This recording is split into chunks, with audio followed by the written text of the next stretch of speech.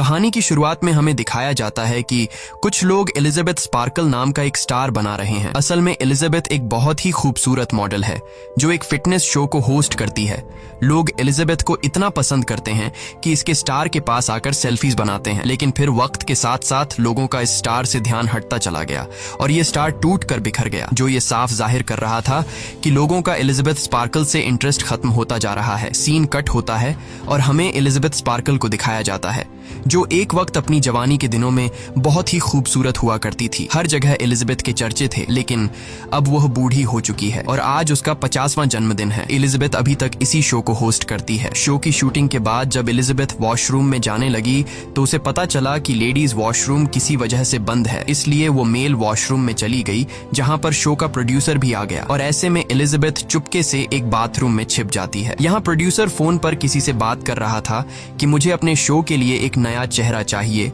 अब एलिजाबेथ पहले जैसी नहीं रही। जहां पहले एलिजाबेथ की वजह से उन्हें रेटिंग्स बहुत हाई मिलती थी, अब उनकी टीआरपीज गिरती जा रही हैं। कोई भी एलिजाबेथ को हमारे शो पर नहीं देखना चाहता। अब मैं और बर्दाश्त नहीं कर सकता। मुझे जल्द से जल्द एक यंग और खूबसूरत मॉडल चाहिए अपने शो के लिए। दूसरी तरफ बाथरूम में छिपी एलिजाबेथ ये सारी बातें सुन रही थी और ये सुनकर एलिजाबेथ बहुत मायूस हो जाती है। उसे अपनी जिस खूबसूरती पर घमंड था, आज वह घमंड टूट कर बिखर गया। वह गौर से अपने आप को शीशे में देखती रही जहां उसके चेहरे पर बहुत सारी झुर्रियां आ गई थीं। प्रोड्यूसर की बातें सुनकर उसे बहुत ज्यादा दुख होता है, लेकिन अब उसे एक दुख ये भी था कि अब उसे शो से निकाला जा रहा है। कुछ देर बाद एलिजाबेथ को प्रोड्यूसर एक होटल में बुलाता है जहां प्रोड्यूसर बताता है, देखो एलिजाबेथ, तुम जानती हो कि वक्त के साथ साथ लोगों को कुछ नया चाहिए होता है। जो तुम पहले थी वो बात अब तुम में नहीं रही, इसलिए मुझे भी अपने शो को चलाने के लिए किसी दूसरे मॉडल को लाना होगा। प्रोड्यूसर की बातों ने एलिजाबेथ को बुरी तरह तोड़ दिया था। वो होटल से निकलकर घर की तरफ जाने लगी, लेकिन ड्राइव करते हुए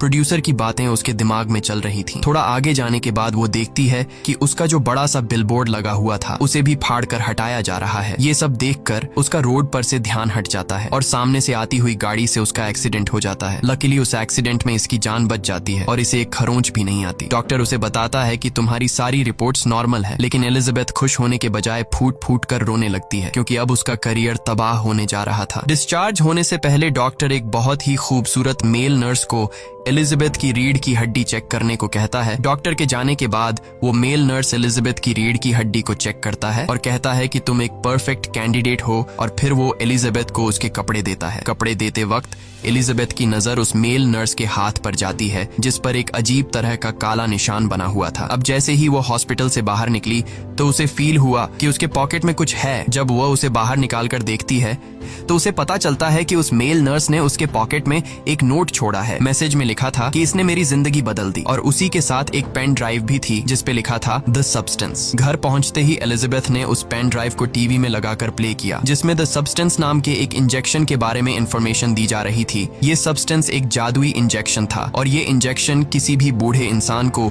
उसका एक नया दूसरा जवान वर्जन दे सकता है।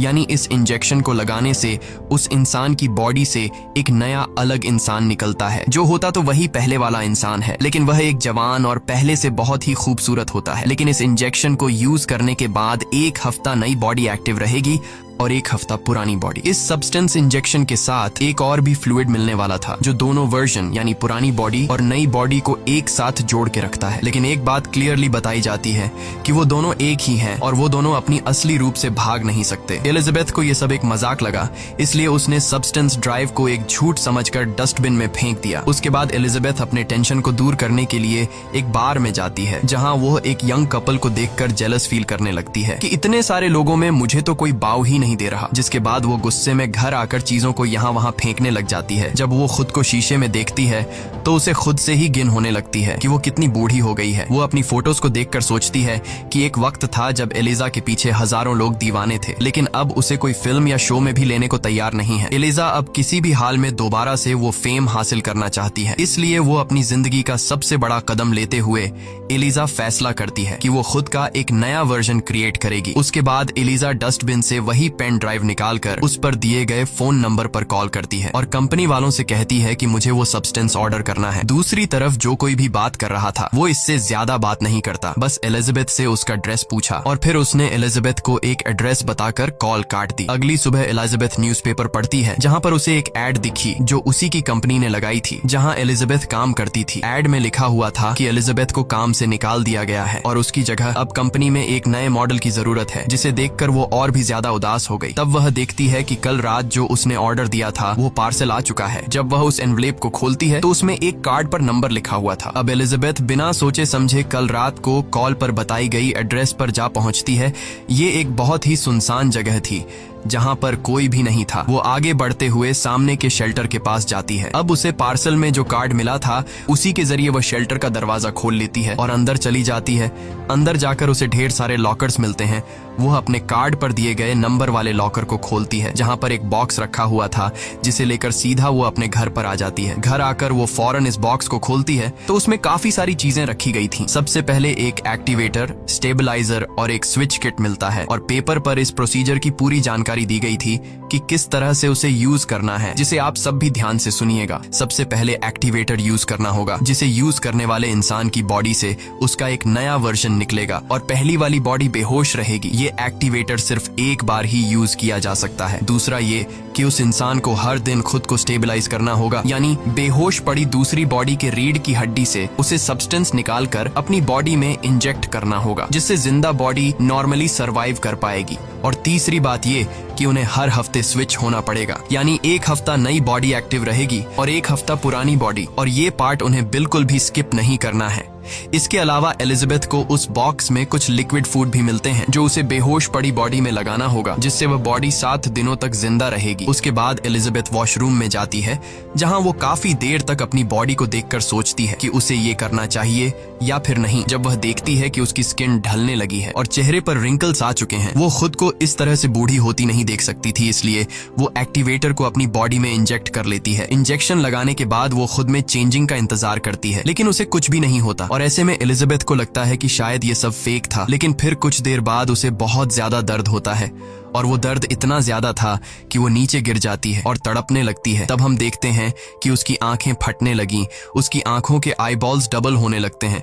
तब अचानक उसकी पीठ हिलने लग जाती है और फिर अगले ही सेकंड उसकी कमर फटने लगी, जहां से एक जवान और काफी खूबसूरत लड़की निकलकर बाहर आई। ये एलिजाबेथ का नया वर्जन था, एक नई जवान बॉडी जो पिछली बॉडी के अंदर से निकली थी। एलिजाबेथ के इस नए वर्जन ने जब अपने आप को शीशे में देखा तो वह हैरान रह गई कि इस दवा ने तो कमाल कर दिया। वो इतनी खूबसूरत और जवान बन गई कि ऐसा उसने सोचा भी नहीं था। काफी देर तक अपनी खूबसूरती देखने के बाद अब वो एलिजाबेथ के पुराने वर्जन यानी पुरानी बॉडी की कमर को सी लेती है, जिसे फाड़कर वो बाहर निकली थी। उसके बाद वो अपनी पुरानी बॉडी को जिंदा रखने के लिए एक फूड बैग उसके साथ अटैच कर देती है, जिसके बाद वो नहाकर खुद को फ्रेश करती है। तभी वो देखती है कि उसके नाक से खून बहने लगा है। ये देखकर वो बहुत परेशान हो गई। तभी उसे याद आया कि उसे तो एक एक्टिवेटर किट भी दी गई थी और उसे बताया गया था कि हर रोज नई बॉडी को यानी जवान बॉडी को एक्टिव रखने के लिए पुरानी बॉडी की रीढ़ की हड्डी से उसे सब्सटेंस निकालकर अपने अंदर इंजेक्ट करना है। इसीलिए अब वो फौरन पुरानी बॉडी की रीढ़ की हड्डी से सब्सटेंस निकालकर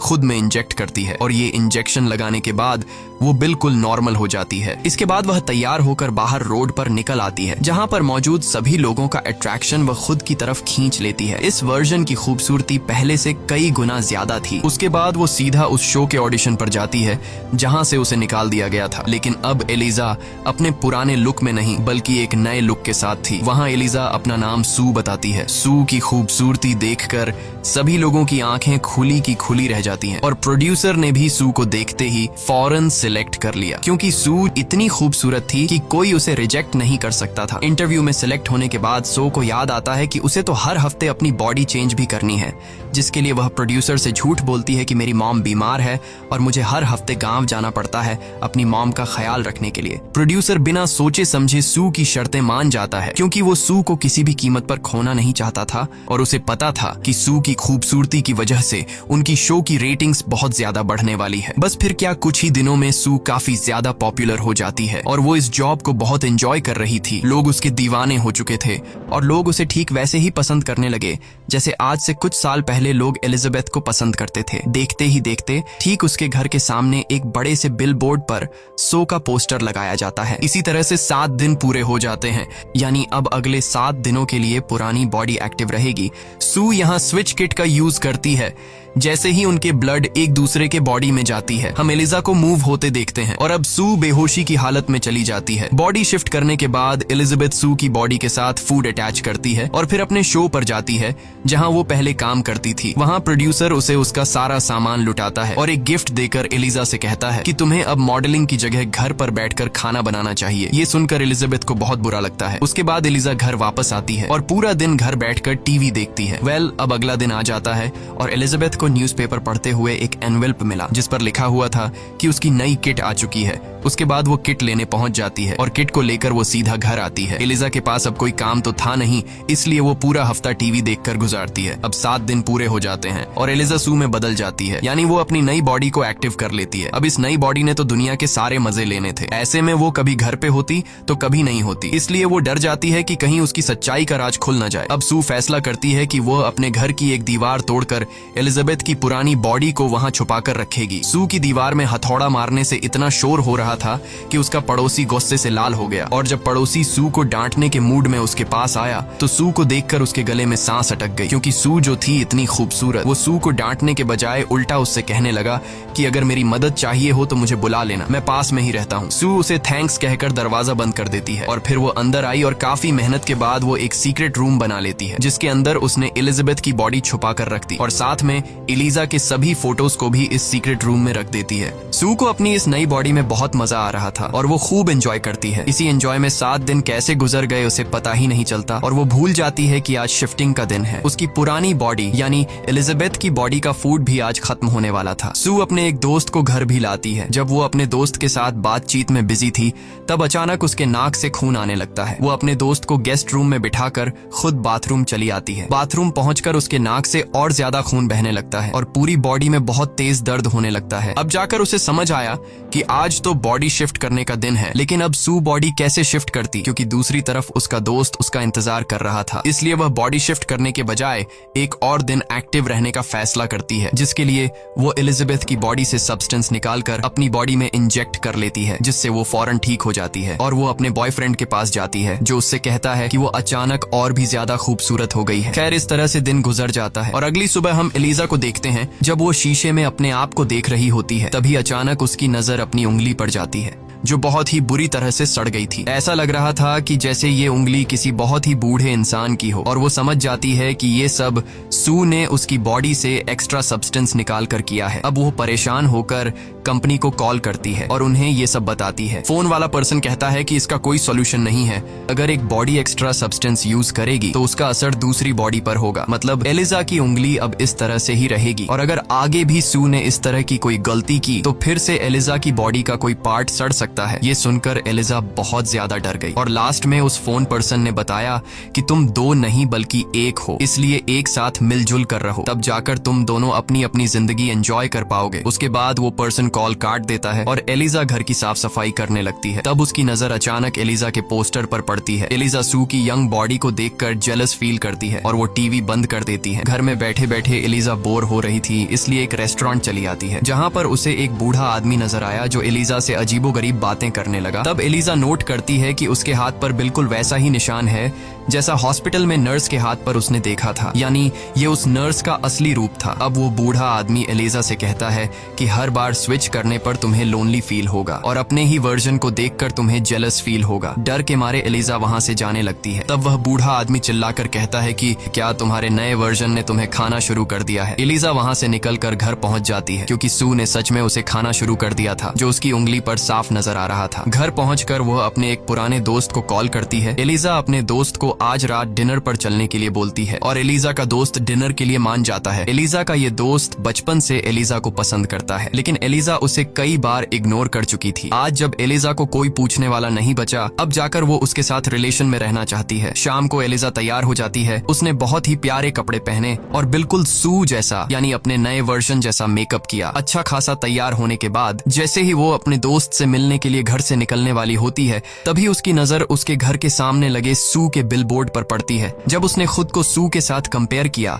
तो उसका सारा कॉन्फिडेंस जीरो हो गया। इसलिए गुस्से में वह अपना सारा मेकअप खराब कर देती है और अपने दोस्त से मिलने का प्लान कैंसिल करके सोफे पर जाकर बैठ गई। तब उसका फ्रेंड बार बार उसे मैसेज करने लगा, लेकिन अब एलिजा में रिप्लाई की हिम्मत नहीं बची थी। डिप्रेशन के चलते वो ढेर सारा खाना खाकर सो जाती है। सीन कट होता है और हम अगले दिन सू को देखते हैं। यानी एलिजा ने 7 दिन एक्टिव रहने के बाद अपनी बॉडी को स्विच कर लिया था। सू अपना शो कर रही थी, जहां डांस करते हुए उसकी बॉडी में से एक अलग तरह की चीज निकल आती है। वो जल्दी से शूटिंग छोड़कर वॉशरूम में चली जाती है। वो उस चीज को अपने हाथों से मूव करके अपने नर्व्स तक लाती है और फिर उसे बाहर निकालती है, जिसे देखकर सू को पता चलता है कि यह तो एक चिकन लेग पीस है जो रात में एलिजा ने खाया था। लेकिन तभी सू की आंख खुल गई। असल में सू सपना देख रही थी। सुबह जब सू शो के लिए निकलती है तब वो देखती है कि एलिजा ने कल रात पूरा एक चिकन खा लिया था। वो समझ जाती है कि इसीलिए रात को मुझे चिकन का सपना आया था। अब सू एलिजा का कंप्लेंट करने के लिए कंपनी को कॉल करती है कि मैं पूरा हफ्ता काम करती हूँ और एलिजा बस दिन रात खाना टोसती रहती है। लेकिन वो दूसरा आदमी एक ही बात कहता है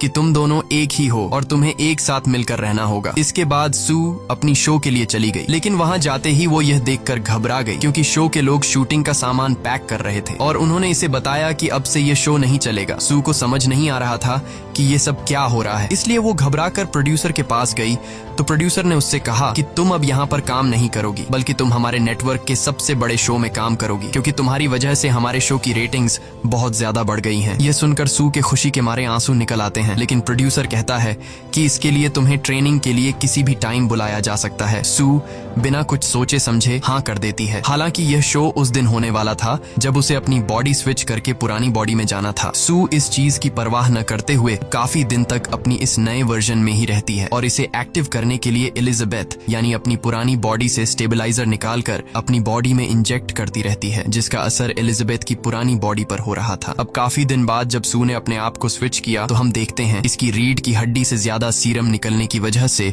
इसकी आधी बॉडी बूढ़ी हो चुकी थी। यह देखकर एलिजा को सू पर बहुत ज्यादा गुस्सा आता है। एलिजा जल्दी से कंपनी को कॉल करती है और सू के इस करतूत के बारे में बताती है। कंपनी वाला पर्सन बताता है कि जो हो गया वो हो गया, अब इसे दोबारा ठीक नहीं किया जा सकता, लेकिन हाँ अगर तुम अब भी इसे रोकना चाहती हो तो रोक सकती हो और इसी हालत में तुम अपनी बाकी जिंदगी बिता सकती हो। ये सुनकर एलिजाबेथ उस कॉल पर्सन को मना करती है और फोन रख देती है। इसके बाद एलिजाबेथ को उस शो की तरफ से कॉल आई, जो कि ये कॉल सू के लिए था। इसने फौरन दोबारा से अपनी बॉडी को स्विच कर लिया। बॉडी स्विच होने के बाद जब सू ने घर की हालत देखी तो पूरा घर बहुत ही बुरी हालत में था। ये देखकर सू बहुत ज्यादा गुस्सा हो जाती है और वह डिसाइड करती है कि अब वह दोबारा एलिजा के साथ स्विच ही नहीं करेगी। सू एलिजा की बॉडी से एक साथ पूरे 3 महीने का सब्सटेंस निकालकर अपनी बॉडी में इंजेक्ट कर लेती है। इसके बाद 3 महीने के बाद का सीन दिखाया जाता है, जहां सू पूरे 3 महीने तक एक बार भी स्विच नहीं करके खूब मजे लेती है और अब न्यू ईयर ईव शो के लिए सिर्फ एक ही दिन बचा था। सू आज अपना एक नया बॉयफ्रेंड घर ले आई थी, तभी अचानक उसकी बॉडी में तकलीफ शुरू हो गई। वो समझ जाती है कि इसकी बॉडी में सब्सटेंस खत्म हो गया है, इसलिए वो सीधे एलिजा की बॉडी से सब्सटेंस निकालने के लिए जाती है। लेकिन आज सीरम निकला ही नहीं, बल्कि सीरम की जगह ब्लड निकलने लगा। यह देखकर वो बहुत ज्यादा घबरा गई और उसने कंपनी से कॉल करके पूछा कि एलिजाबेथ की बॉडी से सब्सटेंस नहीं निकल रहा, बताओ अब मुझे क्या करना चाहिए। कंपनी वाला पर्सन उसे बताता है कि अगर बॉडी से सीरम नहीं निकल रहा तो इसका मतलब तुम सारा सीरम यूज कर चुकी हो। अब तुम्हें स्विच होना पड़ेगा, तब जाकर दूसरी बॉडी में सीरम जमा होगा और तुम्हें सीरम बनने का इंतजार करना पड़ेगा। ये सुनकर सू की हालत बहुत ज्यादा खराब होने लगती है और रेंगती हुई जाकर अपनी बॉडी को स्विच कर लेती है और स्विचिंग की ये सारी आवाजें वो लड़का भी कमरे में सुन रहा था। उसे सू की तेज चिल्लाने की आवाजें सुनाई देने लगी, जिसे सुनकर उसे लगा कि सू खतरे में है, इसलिए वह सू की मदद करने वॉशरूम की तरफ आने लगा। लेकिन सही टाइम पर एलिजाबेथ वॉशरूम के दरवाजे को बंद कर लेती है और एलिजा उस लड़के को जाने को कहती है। वो लड़का एलिजा की इतनी डरावनी आवाज सुनकर फौरन वहां से निकल जाता है। हम देखते हैं कि एलिजाबेथ बहुत ज्यादा बूढ़ी हो चुकी थी और साथ ही साथ इसके सर से बाल भी निकल गए थे। बुढ़ापे की वजह से वह ठीक से चल भी नहीं पा रही थी। एलिजाबेथ अब बहुत ज्यादा घबरा चुकी थी। वो कंपनी में कॉल करती है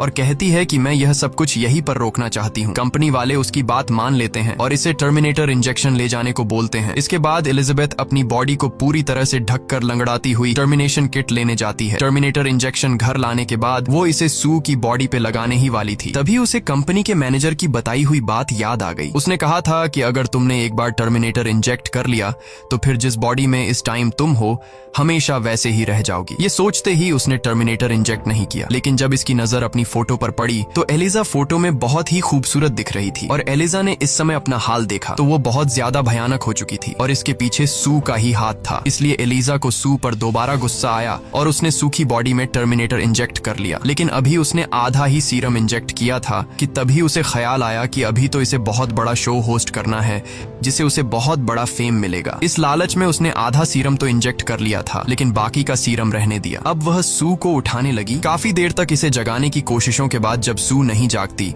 तो वह बॉडी स्विच करने का सोचती है, लेकिन जब बॉडी स्विच भी नहीं हुई तब एलिजा ने अपनी रीढ़ की हड्डी से एक्टिवेटर निकालकर सू के दिल में इंजेक्ट किया जिसे सू जाग गई। यहाँ हम देखते हैं कि दोनों वर्जन एक दूसरे के सामने जिंदा खड़े हैं। ये देखकर ये दोनों अभी शॉक हो जाते हैं और उन्हें समझ नहीं आता कि यह क्या हो रहा है। तभी सू की नजर टर्मिनेटर इंजेक्शन पर पड़ती है और वो समझ जाती है कि एलिजा इसे मारने की कोशिश कर रही थी। ये देखकर सू बहुत गुस्सा हो जाती है। उसने अपने गुस्से में एलिजाबेथ को इतना मारा कि वो मर गई। एलिजाबेथ को मारने के बाद इसे एहसास हुआ कि उसने बहुत बड़ी गलती कर ली है, क्योंकि अब उसे एलिजा के रीढ़ की हड्डी से एक्टिवेटर सब्सटेंस नहीं मिलने वाला था। लेकिन इस समय भी सू को एलिजा से ज्यादा अपने शो की चिंता थी। वो सीधे अपने प्रोग्राम के लिए चली जाती है, जहां जाते ही लोगों ने बहुत जोश से इसे वेलकम किया। इस समय सू को बहुत अच्छा लग रहा था, लेकिन तभी अचानक इसे अपनी बॉडी में कुछ अजीब महसूस होने लगा। वो घबराकर वॉशरूम में गई। उसने जैसे ही मुंह खोला तो इसके 2 दांत टूटकर गिर गए और अब भी वो सोचती है कि क्यों ना मैं घर पर रखे एक्टिवेटर को यूज करके